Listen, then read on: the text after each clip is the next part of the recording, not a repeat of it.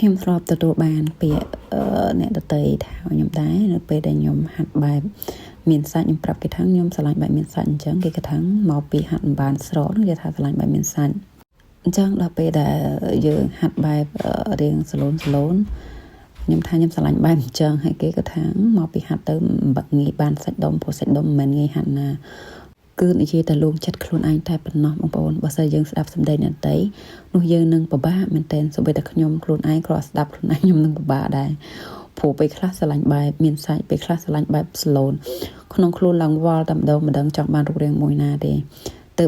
ពីកណ្ដាលឆ្នាំ2025មកដល់ឥឡូវខ្ញុំនៅតែមានអារម្មណ៍ថាខ្ញុំស្រឡាញ់បែបស្លូនអត់ទាន់ដូរចិត្តទេតែបើអ្នកនៅជំនាញខ្លួនខ្ញុំវិញអត់ទេ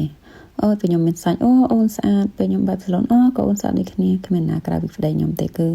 ខ្ញុំស្អាតគ្រប់ពេលតែម្ដងចឹងបងប្អូន